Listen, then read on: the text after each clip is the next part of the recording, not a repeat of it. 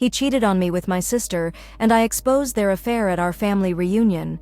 But that simple sentence doesn't even begin to capture the earthquake that shattered my world, or the cold, calculated revenge that rebuilt it from the ashes.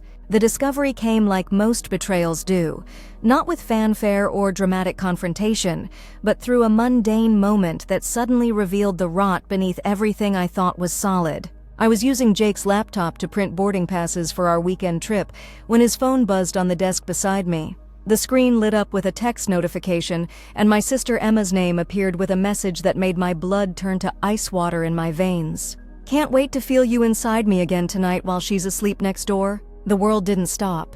That's what movies get wrong about these moments. The world keeps spinning, keeps breathing, keeps existing while your entire reality crumbles like a sandcastle hit by a tsunami. I stared at those words until they burned themselves into my retinas, until I could see them when I closed my eyes. My hands were steady, surprisingly steady, as I picked up his phone and scrolled up through their conversation. 3 months. 3 months of messages that read like love letters written in pure betrayal. Messages about stolen moments when I was at work, about how much better Emma was than me, about how they were planning to tell me after Jake's promotion came through so he'd be financially stable enough to leave me for her. They discussed my body, my insecurities, my habits with the casual cruelty of people dissecting a specimen. Emma had sent him photos I recognized because I had taken some of them myself during our girls' trips, thinking I was helping my sister feel confident and beautiful. The physical reaction hit me in waves. First, the nausea that started deep in my stomach and rolled upward like poison. Then the trembling that began in my fingers and spread through my entire body until I had to grip the edge of the desk to stay upright. My skin felt too tight, like it might split open and spill everything raw and bleeding onto the floor. The room seemed to tilt, colors becoming too bright and too sharp, every detail etched with painful clarity. I could hear Jake in the shower, humming that song he always hummed when he was particularly happy. The sound that had once been comforting now felt like nails on glass. Emma was supposed to come over for dinner tonight. She did that twice a week, playing the loving sister while planning to steal my life. I thought of all those dinners, all those times I had cooked for both of them, watched them laugh together, felt grateful that the two people I loved most got along so well. The betrayal wasn't just Jake's infidelity. It wasn't just Emma's treachery. It was the systematic demolition of my ability to trust my own perceptions. Every glance between them that I had dismissed as sibling-in-law politeness. Every time Emma had asked detailed questions about our relationship that I had attributed to sisterly concern. Every time Jake had worked late or gone out with friends while Emma had convenient excuses for why she couldn't hang out with me those same nights. I had been living in a house of lies so elaborate that they had been planning their future in it while I swept the floors and tended the garden, believing it was my home too. My reflection in the black screen of the laptop looked like a stranger, pale, hollow-eyed, mouth slightly open in a way that reminded me of drowning victims. But behind the shock, something else was crystallizing, something cold and purposeful that felt foreign and familiar at the same time. The hurt was there, an ocean of it. But underneath the hurt was something harder. Rage, yes, but not the hot, messy kind that leads to screaming and broken dishes. This was different. This was ice that burned, fury that sharpened instead of clouding judgment. This was the kind of anger that builds architectural plans. I took screenshots of their conversations, my movements mechanical and precise. Every message, every photo, every casual discussion of my destruction. The evidence filled folder after folder on my phone, a digital archive of betrayal so complete it would make a prosecutor weep with joy. Jake's phone went back exactly where I had found it, screen dark and innocent as a snake pretending to sleep. When he emerged from the bathroom with a towel around his waist, water still beading on his shoulders, I was sitting at my vanity brushing my hair with slow, measured strokes. He kissed the top of my head, his lips lingering in what I had once interpreted as affection, but now understood as guilt. "Emma's still coming for dinner tonight, right?" His voice was casual, but I caught the slight tremor underneath, the barely concealed excitement. I met his eyes in the mirror, my own steady and unrevealing as glass. "Of course. I'm making her favorite." The smile that crossed his face made my stomach turn. Not because it was cruel, but because it wasn't. It was genuine happiness at the prospect of seeing my sister, warm and anticipatory in a way his smiles for me hadn't been in months. That was when I realized that this wasn't just physical betrayal or even emotional infidelity. Jake was in love with Emma. Actually truly in love with her in a way that made me not just the other woman, but the obstacle. That night, watching them interact over the dinner I had prepared with my own hands, I observed with the clinical detachment of a scientist studying specimens. The way Jake found reasons to brush past Emma when moving around the kitchen, how Emma's laugh pitched differently when she was responding to him versus me, the loaded glances they shared when they thought I was focused on serving or cleaning up. Emma complimented the meal with the same enthusiasm she always had, her arm around my shoulders as she proclaimed me the best sister in the world.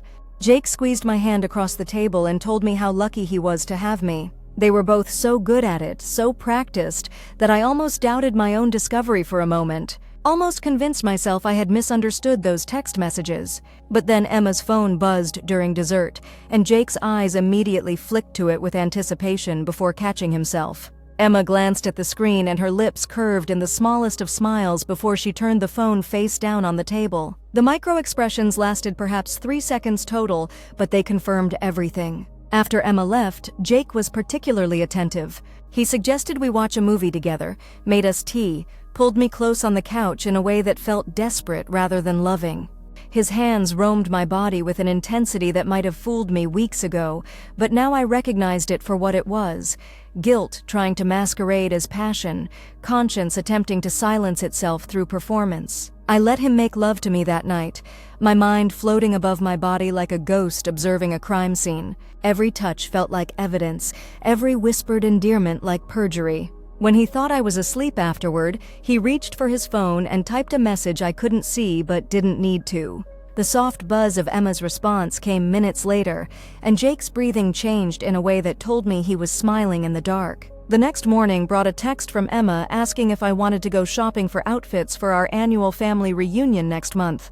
The family reunion that had been planned for months, where 3 generations of our family would gather at Uncle Robert's lake house for a long weekend of reminiscing, games, and the kind of forced togetherness that makes or breaks family bonds. As I stared at Emma's message, a plan began forming in my mind with the inexorable logic of water finding its level. They wanted to build their relationship on the foundation of my destruction? They wanted to bond over their mutual betrayal of the person who loved them most? Fine. But they had chosen the wrong person to underestimate, and they had given me the perfect venue for their reckoning. The family reunion would be their undoing, because nothing destroys people like the truth exposed in front of those whose opinions matter most. Jake prided himself on being the golden boy my family had adopted, the son-in-law who could do no wrong. Emma built her identity around being the beloved baby sister, the one everyone protected and cherished. They had no idea that their perfect little secret was about to become the main event at our family gathering. Over the following weeks, I became a student of my own betrayal. I tracked their patterns, memorized their schedules, learned the rhythm of their deception with the dedication of a scholar pursuing a doctoral thesis. Jake worked late every Tuesday and Thursday, except now I knew he was at Emma's apartment, probably in the bed I had helped her pick out, between sheets I had helped her choose during one of our sister shopping trips. Emma had a standing yoga class on Sunday mornings that she had started attending about 4 months ago, right around the time their affair began, except there was no yoga class. I drove by the studio she claimed to attend and found it closed on Sundays, a detail that would have been easy to verify if I hadn't trusted her completely. The lies were everywhere once I knew how to look. Jake's gym bag that never seemed to get dirty despite his claims of daily workouts, Emma's sudden interest in cooking, asking me for recipes for dishes that Jake particularly enjoyed, the way Emma had started wearing perfume that smelled suspiciously like the body wash Jake used, a scent I had begun finding on his clothes and attributed to a new fabric softener. But I didn't confront them. Instead, I planned. I researched family reunion venues and suggested moving the gathering from Uncle Robert's cramped lake house to the spacious community center in town, complete with a sound system perfect for sharing videos and photos with large groups. I volunteered to create a family slideshow, gathering photos and memories from everyone to present during our traditional Saturday night dinner. I even suggested we make it a formal affair this year, encouraging everyone to dress up and bring their partners to celebrate the family properly. Jake was enthusiastic about the formal dinner, probably imagining it as the perfect opportunity to cement his place in the family hierarchy. Emma was excited about the photo slideshow, likely anticipating a chance to be celebrated as the beloved youngest member of our clan. Neither of them questioned my sudden investment in making this reunion special, because neither of them had ever seen me as a strategic threat. That was their first mistake. I began documenting everything with the methodical precision of a prosecutor building a case. Not just their text messages, those were just the foundation. I started taking photos of Jake's car parked outside Emma's apartment building during times when he was supposed to be at work or the gym. I saved the receipts I found in his pockets from restaurants and hotels I had never been to, places that corresponded perfectly with Emma's unexplained absences from our usual sister activities. The digital trail was even more damning. Jake's location history, which he had never bothered to turn off, painted a clear picture of his real schedule. Emma's social media posts, when cross-referenced with Jake's whereabouts, revealed a pattern of coordinated lies that was almost artistic in its completeness. But the most damning evidence came from an unexpected source, Emma's best friend Sarah, who had no idea she was contributing to my investigation. During one of our casual coffee dates, Sarah mentioned how happy Emma seemed lately, how she was glowing with the kind of joy that comes from new love. Sarah assumed Emma was finally ready to start dating again after her last relationship ended badly, and she was excited to meet the mystery man who had put such a spring in Emma's step. When I gently probed for more details, Sarah revealed that Emma had been talking about this man for months, but was keeping the relationship secret because it was complicated. He was involved with someone else, but Emma was confident that he would leave his current situation soon. Sarah thought it sounded romantic, like something out of a movie, star-crossed lovers fighting against the odds to be together. The irony was so perfect it almost made me laugh. Emma had cast herself as the romantic heroine in a love story where I was the inconvenient obstacle to true love. In her narrative, she wasn't destroying her sister's life. She was simply claiming the happiness that fate had intended for her all along. Jake wasn't betraying his partner of 3 years. He was following his heart to its rightful destination. They had written themselves a beautiful love story, and they had no idea that I was about to give it the ending it deserved. As the reunion approached, my planning became more detailed, more thorough. I created not just one slideshow but 3. The first was the innocent family history presentation I had promised everyone, full of childhood photos and heartwarming memories that would put everyone in a nostalgic, emotional mood. The second was a more recent collection focusing on the past year of family gatherings, showing Jake at Christmas dinners, Emma at birthday parties, all of us together looking like the perfect extended family unit. The third slideshow was my masterpiece. It began with text message screenshots, time-stamped and dated, showing the evolution of Jake and Emma's affair from flirtation to full-blown emotional and physical relationship. Then came the photos I had taken of Jake's car at Emma's apartment, the receipts from their secret dates, the hotel reservations Jake had made for romantic getaways while telling me he was traveling for work. But the crown jewel was a video I had recorded 3 days before the reunion. I had installed a small camera in our bedroom after finding a hotel receipt in Jake's pocket for a night when he had claimed to be home with me. The camera captured Jake on a video call with Emma, both of them naked and engaged in activities that would have been private if not for their careless assumption that I was too trusting to verify their lies. In the video, they discussed the reunion, laughing about how oblivious I was, making jokes about having to pretend to barely tolerate each other when they would rather be sneaking off to be alone. Emma mentioned that she felt a little guilty sometimes, but Jake reassured her that I would be fine, that I was resilient, and would eventually find someone better suited to me anyway. He said I deserved someone who could love me completely, not someone whose heart belonged to someone else. It was almost kind in its twisted way, almost merciful. Jake genuinely believed he was doing me a favor by planning to leave me for Emma, sparing me from a relationship with someone who couldn't fully commit to me. Emma thought she was saving us all from a life built on Jake's unacknowledged true feelings. They were so convinced of their own nobility that they had never considered that their actions weren't tragic romance but simple betrayal, that their love story was actually a crime story, and that crimes have consequences. The morning of the reunion, I woke up before dawn and lay in bed listening to Jake sleep beside me. His breathing was even and peaceful, the sleep of someone whose conscience was clear because he had rationalized away his guilt. In a few hours, his world would change forever, and he had no idea. I felt remarkably calm. The hurt was still there, would probably always be there in some form, but it no longer controlled me. Over the past month, I had grieved the relationship I thought I had, mourned the sister I thought I knew, and said goodbye to the version of myself who believed that love and loyalty were reciprocal forces in the universe. The woman who would walk into that reunion tonight was someone entirely different. Someone who understood that sometimes the only way to heal from betrayal is to ensure it has consequences that match its magnitude. I dressed carefully that morning, choosing the blue dress that Jake had always said was his favorite on me, the one that brought out my eyes and made me look confident and radiant. I wanted to look beautiful when I destroyed his world. I wanted Emma to see exactly what she had been so eager to discard. I wanted our family to see me as the victim and survivor simultaneously, wronged but not weak.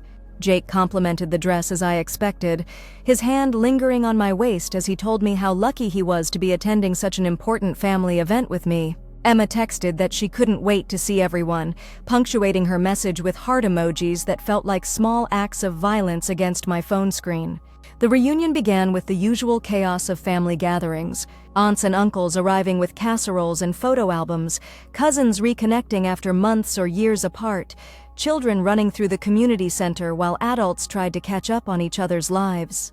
Jake immediately fell into his role as the beloved son-in-law, charming my grandmother, helping my father set up tables, making himself indispensable in that way that had always made me proud and now made me sick.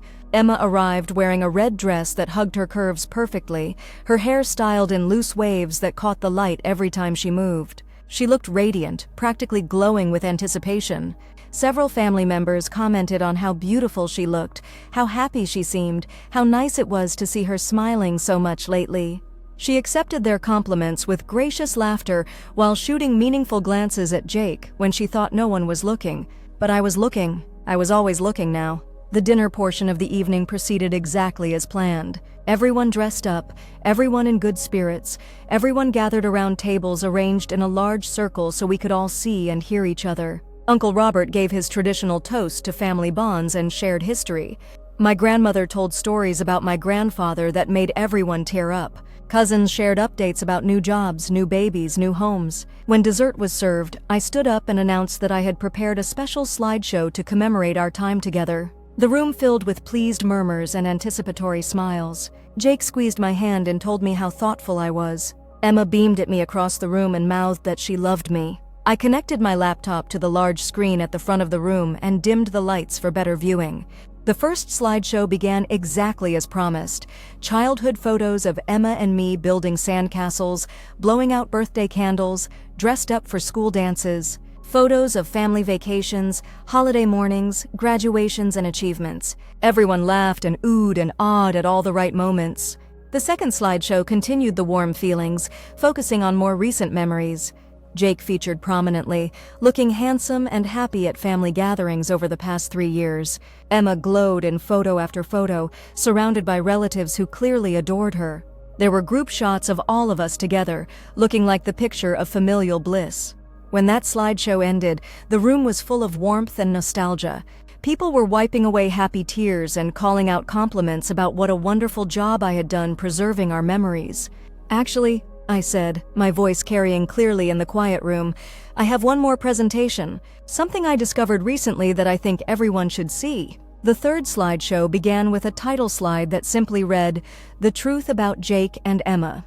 For the first few seconds, no one understood what they were seeing. The text message screenshots appeared on screen in chronological order, starting with Jake's initial flirtation and Emma's receptive responses. I had removed my own messages from the conversations, so it looked like a private dialogue between two people planning an affair. The room's energy shifted gradually, like air being let out of a balloon. Confused murmurs began as people tried to process what they were reading. Jake's face went completely white, while Emma's turned deep red. But neither of them moved or spoke, frozen in the headlights of exposure like animals who couldn't process the magnitude of their danger. The slideshow continued methodically. Photos of Jake's car at Emma's apartment building. Hotel receipts with Jake's name and dates that corresponded to times when he had told me he was traveling for work, while Emma had been mysteriously unavailable for our sister activities. Restaurant receipts from romantic dinners while I had been home alone, thinking Jake was working late. By this point, the room was completely silent except for the soft hum of the projector. 37 members of our extended family sat in stunned quiet, processing the systematic documentation of betrayal that I had compiled with scientific precision. But I wasn't finished. The video began playing on the large screen, Jake and Emma's voices filling the community center with crystal clarity. Their naked bodies, their intimate conversation about the reunion, their casual dismissal of my feelings, their plans for the future that involved discarding me like an inconvenient obstacle. My aunt gasped audibly. My uncle cursed under his breath. My grandmother's hand flew to her mouth as if she could somehow stop the words that were already filling the air. Children were quickly ushered out of the room by horrified parents, but most of the adults remained transfixed, unable to look away from the train wreck unfolding on screen. When Emma laughed in the video about how clueless I was, the sound echoed through the silent room like a gunshot. When Jake reassured her that I would be fine eventually because I was resilient, several family members turned to look at me with expressions of horror and pity that I had never wanted to see directed at me. The video ended, and I turned the lights back up to face a room full of people who looked like they had witnessed a murder. In a way, they had. They had watched the systematic killing of trust, love, and family bonds, documented in high definition for their unwilling consumption. Jake was the first to find his voice, which came out as barely more than a whisper. He said my name like a question, like he couldn't quite believe what had just happened. Emma was crying silently, tears streaming down her face as she stared at me with an expression of complete devastation. "I'm sorry you all had to see that," I said, my voice steady and clear in the horrible quiet. "But I thought you deserved to know the truth about the people you've been celebrating tonight." My father stood up slowly, his face hard in a way I had rarely seen. He looked at Jake with disgust and disappointment that seemed to age him 10 years in 10 seconds. My mother was crying, but whether from sadness for me or shame about Emma, I couldn't tell. Uncle Robert, who had been particularly fond of Jake, shook his head like he was trying to clear water from his ears. 3 years, he said, his voice thick with disbelief. 3 years we've welcomed you into this family. Jake tried to speak, tried to offer some explanation or justification, but my cousin Michael cut him off with a sharp gesture. "Don't," Michael said. "Just don't. There's nothing you can say that makes this okay." Emma finally found her voice, sobbing out an apology that sounded more like a wounded animal than human speech. She stood up on unsteady legs and reached toward me, but I stepped back before she could touch me. "I'm sorry," she choked out. "I'm so sorry. I never meant for it to happen like this. I love you. You're my sister." The words hung in the air like smoke, and I let them settle before responding. "If this is how you love me," I said quietly, "I can't imagine what you'd do to someone you hate." That broke her completely. Emma collapsed back into her chair, sobbing with the kind of raw anguish that comes from realizing that some mistakes can never be undone, some betrayals can never be forgiven, some relationships can never be repaired. Jake tried a different approach, appealing to the family he had just lost. He talked about how sorry he was, how he had never intended to hurt anyone, how he had been confused about his feelings and made terrible choices. He sounded sincere, genuinely remorseful, but his words fell into the silence like stones into a deep well. My grandmother, who had always had a soft spot for Emma as the baby of the family, looked at her granddaughter with profound sadness. "How could you do this to your sister?" she asked, and the disappointment in her voice was worse than any anger could have been. Emma had no answer, because there was no answer that could possibly justify the magnitude of her betrayal. I gathered my purse and my laptop, moving with calm efficiency while chaos erupted around me. Family members were arguing, crying, demanding explanations, expressing outrage and disbelief. Jake was trying to follow me toward the door, but my male cousins blocked his path with the kind of protective instinct that emerges during family crises. "Don't even think about it," my cousin David said, his voice carrying the promise of violence if Jake pushed the boundary. At the door, I turned back to face the room full of people whose lives I had just irrevocably changed. Some of them would never forgive me for forcing them to witness such intimate betrayal. Others would never forgive Jake and Emma for putting them in the position of having to choose sides in such a fundamental violation of family loyalty. "Emma," I called out, my voice cutting through the noise. She looked up at me with red-rimmed eyes full of desperate hope. "You wanted him so badly that you were willing to destroy your own sister to have him. Congratulations. He's all yours now."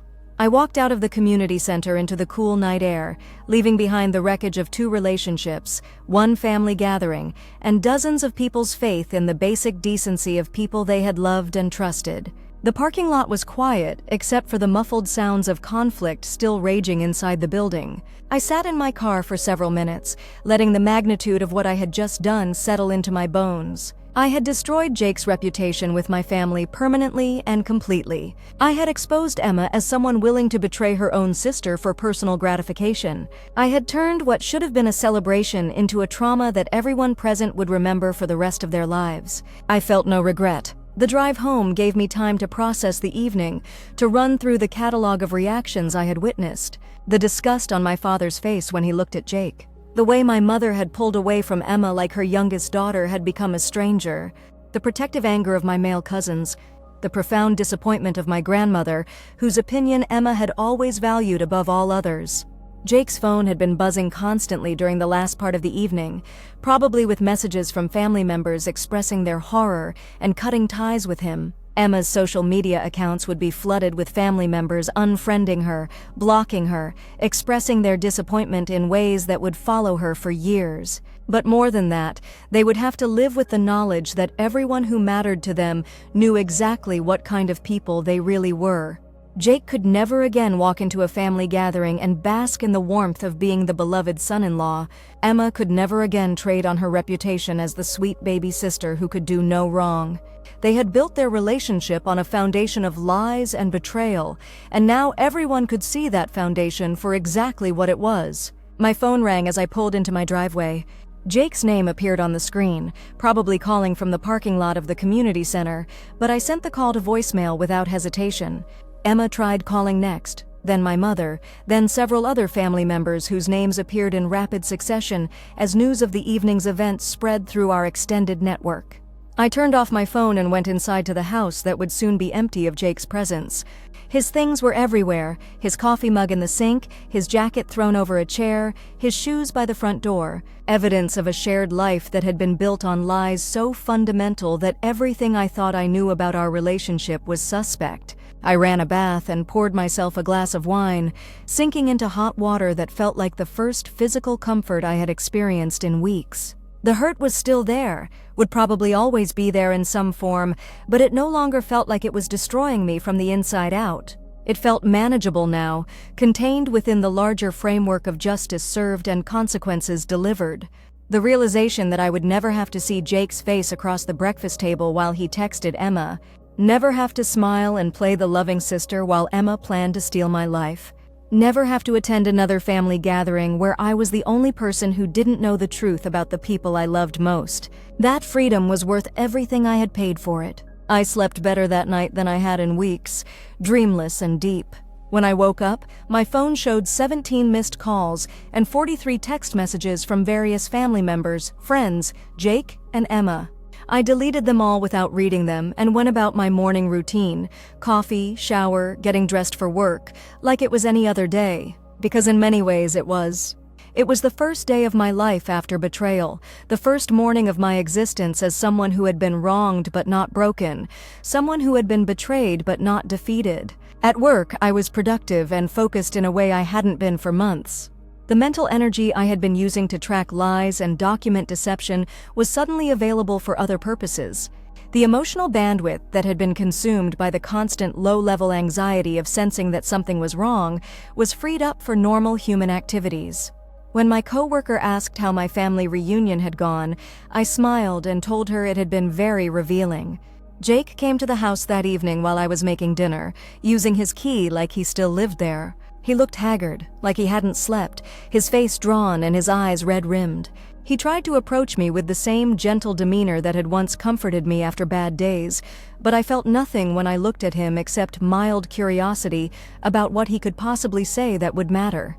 He apologized extensively, explaining that he had never meant for things to go so far with Emma, that he had been confused about his feelings, that he loved me and wanted to work things out. He promised to cut off all contact with Emma, to go to counseling, to do whatever it took to rebuild my trust. I let him talk until he ran out of words, then calmly informed him that I would be changing the locks tomorrow and that he had 1 hour to pack whatever he needed immediately. Everything else could be collected later through a third party because I never wanted to see him in person again.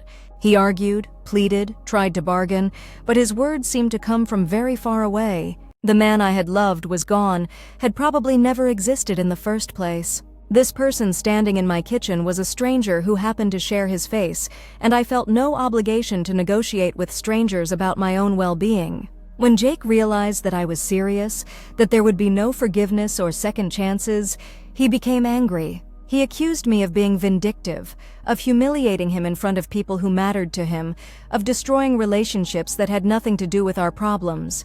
He said I had gone too far, that what I had done was cruel and unnecessary. I listened to his anger with the same detached interest I might show toward a tantrum thrown by a stranger's child in a grocery store. When he finished yelling, I asked him if he remembered the part of the video where he had told Emma that I was resilient and would be fine eventually. Well, I said, you were right. I am resilient and I will be fine. But I'm resilient enough to survive the truth about who you really are, and you're apparently not resilient enough to survive the consequences of your own choices. He left without taking anything, slamming the door hard enough to rattle the windows. I changed the locks first thing the next morning anyway. Emma tried a different approach, showing up at my workplace with flowers and tears, begging for a chance to explain herself. She talked about how the affair had started innocently, how she had fallen in love despite trying not to, how she had planned to tell me gently after Jake ended our relationship properly. She painted a picture of herself as a victim of uncontrollable feelings, someone who had been trapped between her love for her sister and her love for a man who happened to be with someone else.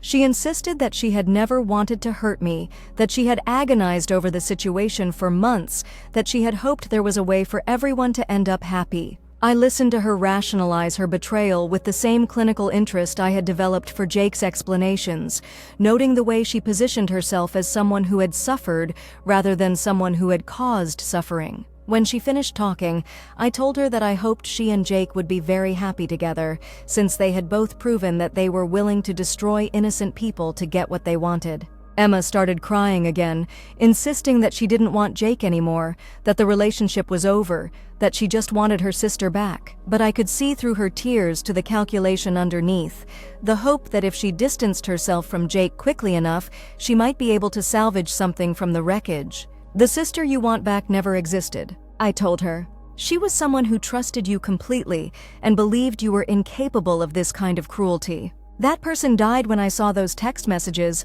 and she's not coming back. Emma left my workplace in hysterics, and I never saw her again. The weeks that followed brought a parade of family members trying to mediate, to find some path toward reconciliation and healing. They meant well, but they didn't understand that some betrayals are too fundamental to recover from. Jake hadn't just cheated, he had built an entire alternative relationship while living in my home, eating my food, sleeping in my bed. Emma hadn't just made a mistake, she had systematically deceived me while accepting my love, my trust, my support. Some family members thought my public exposure had been too harsh, too vindictive. They argued that private confrontation would have been more appropriate, that airing such personal matters in front of the entire extended family was unnecessarily cruel. They suggested that Jake and Emma were young and had made mistakes that didn't define them as people. Others supported my actions completely, arguing that betrayals of such magnitude deserved consequences equally severe. They pointed out that Jake and Emma had planned their deception carefully and systematically, that they had discussed how to manage me and minimize my feelings, that they had shown no consideration for my well-being while pursuing their own happiness. The family split along predictable lines. The older generation, who valued discretion and family harmony, generally thought I had gone too far. The younger generation, who prioritized individual accountability and consequences for harmful actions, generally thought Jake and Emma had gotten exactly what they deserved. I found that I didn't care much about either perspective. I hadn't exposed their affair to win approval or to punish them according to some external standard of justice. I had done it because keeping their secret would have required me to continue participating in my own deception, and I was no longer willing to do that. The truth has its own power, its own momentum. Once released, it changes everything it touches, often in ways that can't be controlled or predicted. Jake and Emma had counted on my discretion to protect them from the consequences of their choices. They had built their entire strategy around the assumption that I would prioritize maintaining family harmony over exposing their betrayal. They had bet everything on my continued complicity in their lie, and they had lost. 6 months later, I ran into Sarah at a coffee shop downtown. Emma's best friend looked uncomfortable when she saw me, like she wasn't sure whether to approach or pretend she hadn't noticed me. I made the decision for both of us, walking over to her table with a genuine smile. She updated me on Emma's life with the careful neutrality of someone navigating a minefield. Emma had moved to another city, started a new job, was in therapy working through her issues. She wasn't dating anyone, and had told Sarah that she didn't think she deserved to be happy after what she had done to her sister. Jake, according to Sarah's carefully worded report, had also moved away and was struggling with the fallout from the reunion. Several mutual friends had cut ties with him completely, and his professional reputation had suffered when word of his behavior spread through their industry connections. He had tried to contact Emma several times, but she had blocked him on all platforms and refused to engage with him in any way. "She really does love you," Sarah said carefully. "She knows she destroyed everything between you, but she wants you to know that losing you has been the worst consequence of everything that happened." I thanked Sarah for the update and told her I hoped Emma would eventually find peace and happiness, but that it would have to be a life that didn't include me. Some bridges, once burned, can't be rebuilt no matter how much both sides might want to cross them again. Sarah nodded like she understood, but I could see in her eyes that she thought I was being unnecessarily harsh, that time should have softened my position. She was probably right that forgiveness would be healthier for me in the long run, that holding on to anger and hurt would ultimately damage me more than anyone else. But I wasn't holding on to anger anymore. What I felt wasn't vindictive or bitter or consumed with thoughts of revenge. What I felt was free. Free from the exhausting work of trying to make a relationship function with someone whose heart belonged elsewhere. Free from the painful confusion of sensing deception but not understanding its source. Free from the responsibility of protecting people who had shown no interest in protecting me. A year after the reunion, I was in a completely different place emotionally and practically. I had sold the house Jake and I had shared and bought a smaller place that felt entirely mine. I had changed jobs, pursuing an opportunity that I had turned down earlier because Jake hadn't wanted to deal with the temporary inconvenience of me traveling more. I had started dating someone who made me laugh and showed up consistently and didn't have any secret relationships with my family members. Most importantly, I had learned to trust my instincts again. The subtle wrongness I had felt during those last months with Jake hadn't been paranoia or insecurity. It had been accurate perception of a real threat to my well-being. The confusion and pain I had experienced hadn't been character flaws to overcome. They had been appropriate responses to systematic deception. I was stronger now, not because I had survived betrayal, but because I had learned to value my own well-being enough to demand better treatment from the people in my life. I had discovered that sometimes the most loving thing you can do for yourself is to stop accepting unacceptable behavior, even from people you love deeply. The family reunion had been my line in the sand, the moment I chose consequences over comfort, truth over harmony, self-respect over maintaining relationships at any cost. It had been brutal and public and permanently destructive to multiple relationships that had once been central to my identity. It had also been exactly what the situation required.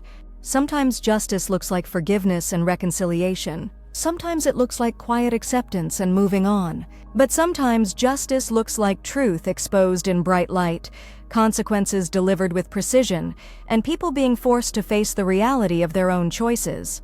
Jake and Emma had made their decision when they chose to build their relationship on the foundation of my betrayal.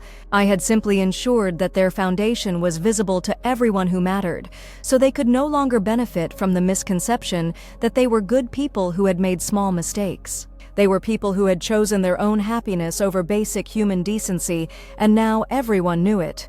That knowledge hadn't destroyed them. They were both alive, both capable of building new lives, both able to learn from their mistakes and become better people if they chose to do so. But they would have to do that work without the benefit of my continued trust, my family's continued welcome, or the comfortable lie that their betrayal had been a victimless crime. The woman who walked out of that community center a year ago had been someone who prioritized other people's comfort over her own truth. The woman I was now understood that sometimes the most generous thing you can do for everyone involved is to refuse to participate in lies that protect people from the consequences of their own actions. Jake and Emma had wanted to have their cake and eat it too, to pursue their relationship while maintaining their reputations and their place in my family. They had counted on my love and loyalty to protect them from accountability. They had learned, in front of 37 witnesses, that love and loyalty are not unconditional resources that can be exploited indefinitely without consequence. I hoped they had learned other things too. That betrayal has costs beyond the immediate relationship it destroys. That families are built on trust that takes years to establish and seconds to obliterate. That some actions can't be undone, some words can't be taken back, and some choices create permanent changes in how you're seen and treated by the people who once loved you unconditionally. Most of all, I hoped they had learned that the people they hurt aren't obligated to protect them from the natural consequences of their harmful choices, no matter how much easier it would make everyone's life if they did. I had given them consequences that matched the magnitude of their betrayal, delivered with the precision that their systematic deception had deserved. It wasn't cruel, it was proportional. It wasn't vindictive, it was educational. And it was exactly what I needed to do to close that chapter of my life and begin writing the next one on my own terms.